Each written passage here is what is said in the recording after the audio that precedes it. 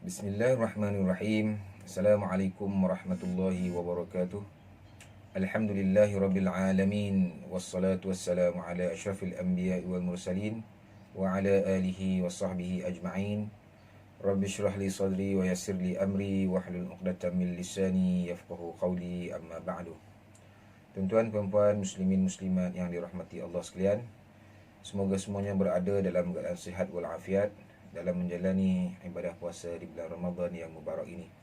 Hari ini merupakan hari yang ke-20 umat Islam di Malaysia berpuasa. Mudah-mudahan segala amal ibadah kita diterima oleh Allah Subhanahu wa taala. Baik, tuan-tuan dan puan-puan yang dirahmati Allah, insya-Allah pada kali ini saya akan menyambung untuk siri yang ketiga ini, masih lagi berkaitan dengan adab-adab membaca Al-Quran seperti mana yang diwasiatkan dan seperti mana yang dipesan oleh Dr. Muhammad Muhaisni Hafizahullah. Baik, untuk hari ini wasiat yang seterusnya adalah wasiat yang ke-7.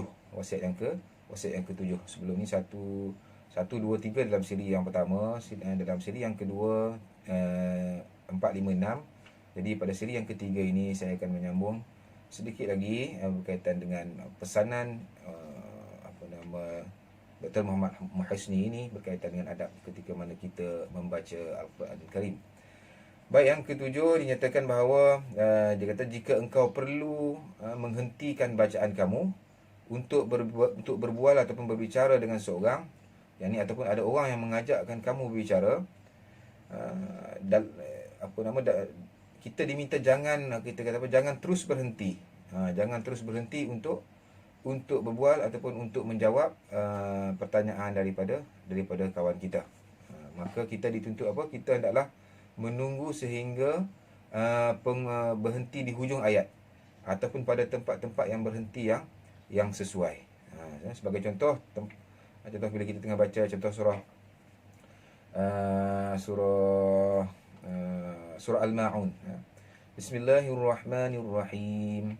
أرأيت الذي يكذب بالدين فذلك الذي يدعو اليتيم ولا يحض على طعام المسكين فويل.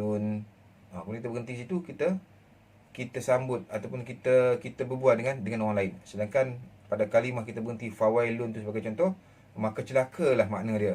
Maka kita berhenti dalam keadaan yang tidak dengan makna yang tidak tidak sempurna, tidak tepat, sebab kita salah berhenti. Jika nak berhenti pun bagilah sampai penghujung ayat yang sempurna maknanya. Fawailul lil musallin. Itu pun tak boleh juga. Kita berhenti kita berbual dengan orang, sebab apa? Celakalah bagi orang yang solat. Sebaiknya kita sambung lagi. Fawailul lil musallin alladzina hum an salatihim sahun. Itu bagi orang yang solat mereka lalai, cuai. Jadi berhenti dekat situ, barulah kita bual. Ini pun kalau terpaksa. Kalau tidak, seperti mana yang ada yang sebelum ni, seboleh-bolehnya kita baca Quran dulu bagi habis, kan? Mungkin satu juzuk, satu muka surat dan sebagainya, kan? Kemudian barulah berbual ataupun bercakap dengan kawan-kawan kita yang mungkin ada urusan dengan kita yang tidak dapat dielakkan. Jadi jangan berhenti. So kalau kita dalam Quran sendiri Rasul Usman itu ada beberapa tempat tanda berhentilah, kan.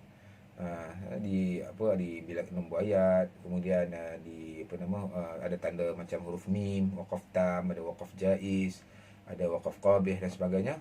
Itu kita kena belajarlah dalam bab ilmu tajwid. Baik, itu yang ketujuh. Yang ke-8 dipesan adalah hendaklah engkau menggerakkan lidah kamu ketika mana membaca Al-Quran.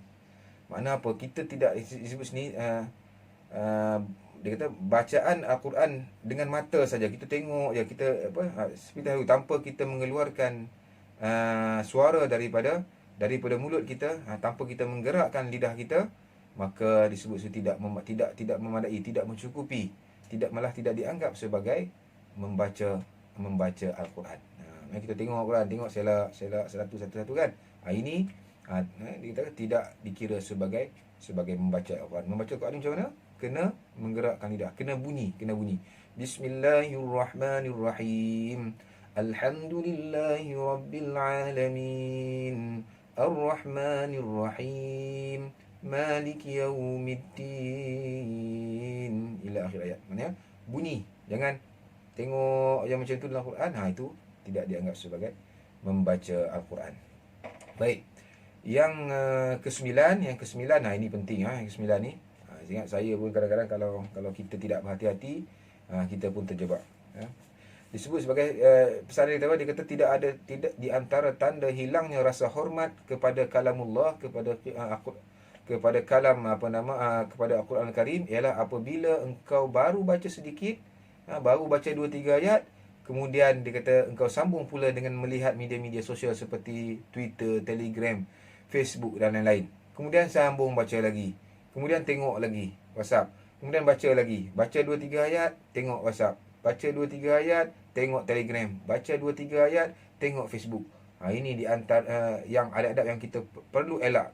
Kita perlu elak. Sebab apa? Sebab ini merupakan salah satu tanda ataupun kita rasa apa kita kata menunjukkan kita ni tidak hormat, tidak memuliakan kalamullah, tidak memuliakan Al-Quranul Karim. Ini banyak berlaku ni sekarang. Kadang-kadang saya sendiri pun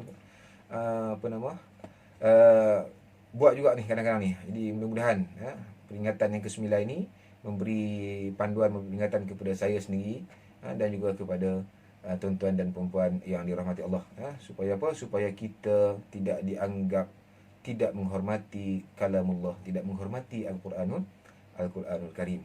Jadi fokus kepada bacaan kita, bagi tumpuan pada bacaan kita, tengok kualiti bacaan kita, pastikan benar-benar betul seperti mana yang diajar oleh para asatizah kita, dengan bacaan bacaan yang betul, segi tajwid, fasahah dan sebagainya.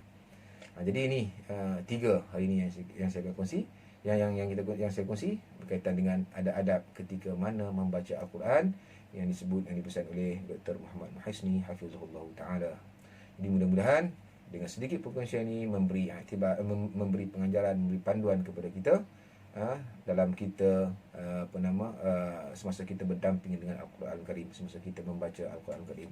Mudah-mudahan Al-Quran Al-Karim, apabila kita menjaganya, kita menghormatinya, kan, kita akan mendapat kemuliaan dari Allah Subhanahu Wa Taala. Kemudian di hari akhirat kelak, mudah-mudahan Al-Quran ini menjadi syafaat kepada kita ketika mana kita bertemu dengan Allah Subhanahu Wa Taala. Sekian dulu yang baik daripada Allah, segala yang kurang tu daripada diri saya sendiri. Mohon ampun, maaf tuan-tuan dan puan. Mudah-mudahan ada manfaat. Aqul qawli hadza wa astaghfirullahal azim. Wabillahi taufiq wal hidayah wa ridha wal inayah. Assalamualaikum warahmatullahi wabarakatuh.